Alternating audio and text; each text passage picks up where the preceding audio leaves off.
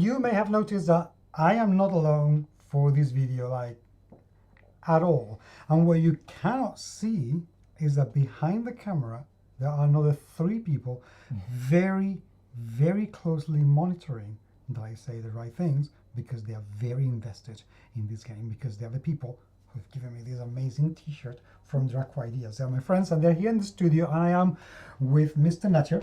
Hello, welcome, mate. It's been quite a while.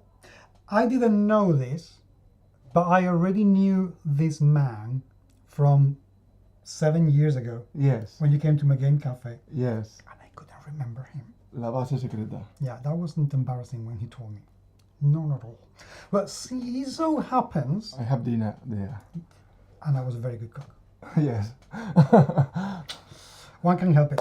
Anyway, as it happens, one is quite a designer, and you may remember that I have done some unboxings and how to plays on Stalingrad and U-Boat. Now, this is the 3rd installment in this series. It's going to be called Panzer. Panzer, okay. And this is not the final game. This is the final prototype. Is that correct? It's more or less the final. Maybe a bit changes in the graphic art, but it's more or less the final game. Okay, so what we see is not going to change a lot for the not quite the complete game. Now, both Stalingrad and U-Boat were very much a hide and seek sort of game, but placed in a more historical environment, because you do like the Second World War, don't you? Yes, I do. Why? It was a horrific event. Why? Because in this game you are talking about real things that happen in reality with real people. Some people have to affront this situation. When you are playing another kind of games about fantasy or things, you can get involved in the situation, but not in this case, because that were real men trying to get the feel of the opponent and in a real situation. So there's a much greater level of kind of emotional investment with these kind of games. Okay. Okay, that's fair enough. That's fair enough indeed. So tell me a little bit about Panzer. How does it play compared with Stalingrad or U-Boat?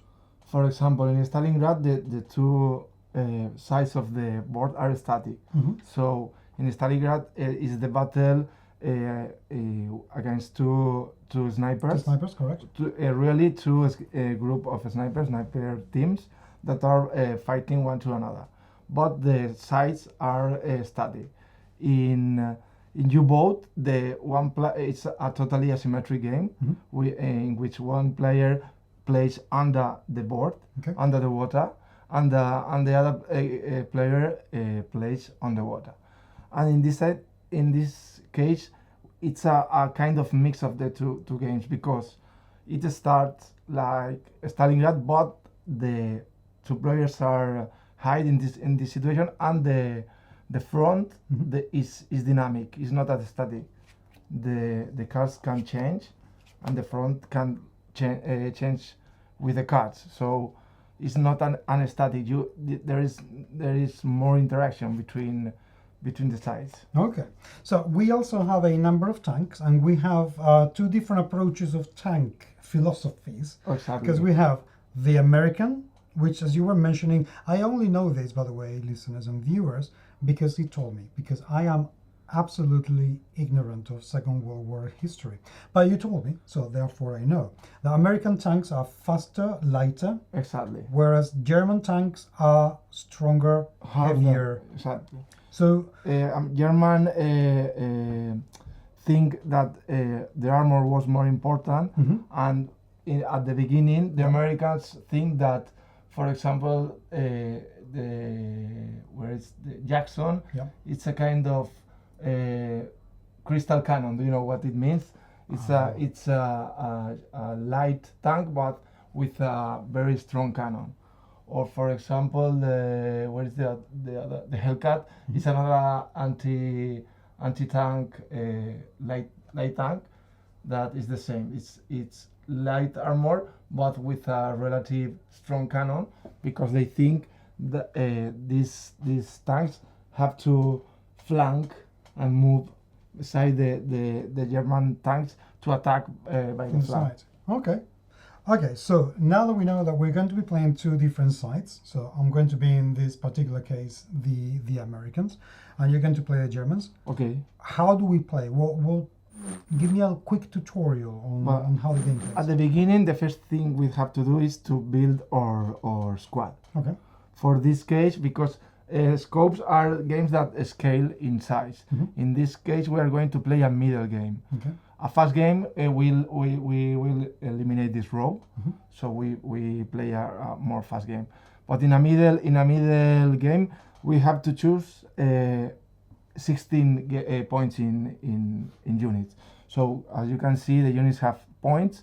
The points are finally the sum of the power attack and the power defense. No, the armor and the gun power. Vale? And we have to take secretly. I don't have to know which is your choice. We have to take 16 points of units. Okay. So the game starts with that. 16. So I'm going to take this. You can take at a maximum of 5. No, Okay. 5 times, 5 units, but you can take what you want. So we are going to take open. I don't mind. So for example, Panzer 4, Panzer 4, maybe a Panther, and finally a Panther 3. That's my choice. 2 Panthers. I am going to take a Jackson, Okay. a Sherman, another Sherman, the Hellcat, and a bazooka. Okay. So That's it. So then, the second thing we have to do is remove the first row, and we have to deploy our units secretly okay. in that places. Vale? When you want. Whatever you want. Because I don't know what I'm doing, that's the truth. I'm just going to. This is how you don't win wars. Okay. So I don't know what I'm placing where. Even I don't know. So This is a true guerrilla war. and we discard all the other things, all the rest of the cards, just for in the case the tanks began to die. So now the game starts, vale? The American player starts always because the Americans was invading or taking again the Reconquering. reconquering is Okay. the word. So I can move any. No, I split. In each turn we have one action to choose from 3. Okay. Vale? The first action is to move. For example, move, you can take a group of 2 per 2 cards. You can take wherever you want, but of your side. You can move my cards. You have to move just your cards. For example, this 4, this 4, this 4. You can even more this 4, but now It will be useless, yeah. Okay. So you can. I will explain you by playing. So can I move that and No, that? you take them. Yep.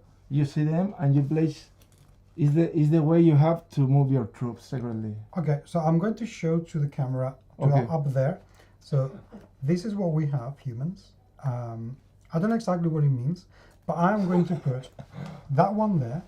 Okay. That one there. I have spies in your. That one there and that one there. Okay. And am I meant to remember where I put the cards? You can see your cards whenever you want. Okay, so I don't need to I don't need to memorize it. No, you can. Yeah. Thank God for that, because otherwise I will be so For screwed. example, I'm going to move that 4 cards. Vale? Okay. In this way. Vale? And the game at the beginning we continue that way till the tanks arrive to the middle. Vale? Okay. The second action we can choose is to explore. Explore is the same, is to take one quadrant, which we say that a quadrant, a group of 2 per 2 cards. And when I choose a quadrant with opponent side cards, I have to reveal them. Okay. And if there is no unit there, I can move.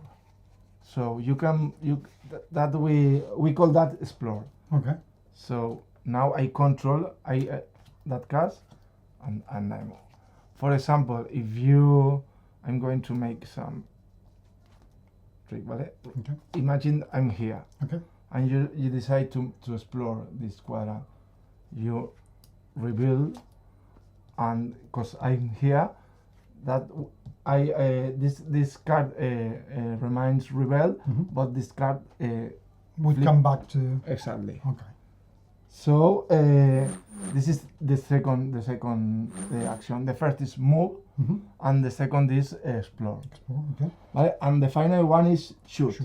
Shoot for shooting. For example, imagine that card is not revealed. You can. The first thing is to select an objective. So you can select a card of the opposite of the opponent, but up to 2 spaces from one of your cards. For example, you can choose. So if I decide I want to choose from here, I could choose that one, exactly. that one. Exactly. For example, imagine you choose that card. Okay. You don't have to say where you are shooting or from where. Vale? So if you are searching for an objective, you don't find anything, so your action is lost. But in the case I'm going to search an objective in this place. So okay, you have find a Panzer 4. So now you have to decide which unit is going to shoot. For example, you can choose any unit is up to 2 spaces from. Okay. So for example, I don't know where are your units. Meaning, for example, okay. This Sherman is going to. So now we have to shoot. How the shoot is done is very easy. Vale? We have impact cards that have the tick, the positive tick. Vale? And we have fail cards. There are 2 kinds of fail cards. The shield fail cards and the distance fail.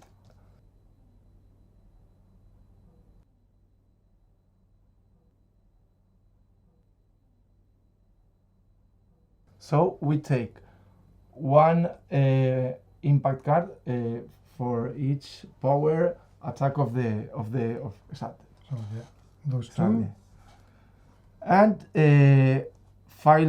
shield file cards per armor of the target. Okay. And finally, 1 distance per distance. If So you are should be 1. exactly. Okay. If you shoot from distance 2, you have to take 2 of this card. Okay. And now you are shooting. You have to present to me, and I have to choose 1, and this is the shoot. So now Okay. boom, vale. A little bit. So you see how it plays the game, right? And if I take that card, Yep. it's automatically destroyed. So, and that's the game. Forest Yes, is restored. because to eliminate this card, don't give you the control of that zone. Okay. Eliminate the unit, but not give you the control. Control the you have area. to enter. Okay. Exactly. And that's the game. Move, explore, or shoot. shoot.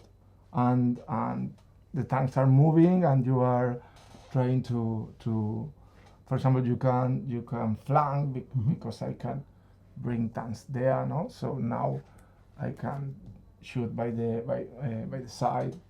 So that's the game. Okay. That's the basic game. We have another advanced rules for the more demanding players to increase the feeling of the game. Both Stalingrad and U-Boat had some sort of campaign going on, as in chapters or different missions that you could set up the game to do. Is Panzer going to have the same thing? Not exactly. Panzer has advanced rules. Mm-hmm. It has 3 kinds of advanced rules. Yep. It has shoot advanced rules with special rules. You can correct your shoot. When you shoot once and again to the same guy, the same tank, you are removing distance fails, because the more you shoot to the same time, the more easy for you to reach to shoot it. Yeah, to shoot it. Are there going to be solo rules? No. This is a 2-player game. You have to look for a friend. Because the thing of this game is to bluff, to move and try to involve. With a solo game, it has no sense, because the game is not going to bluff you. You just didn't like it when you tried solo and decided, no, this has to be played with 2 people. Exactly. Fair enough. Exactly. With a pair of beers, if possible. I'm gonna have to make a friend. That's it. Okay, I think this is it for this video, but I think we should record another video with the 2 of us just playing a full game. Okay. But do it separately. So, humans, stay tuned. We're coming back very soon. Okay.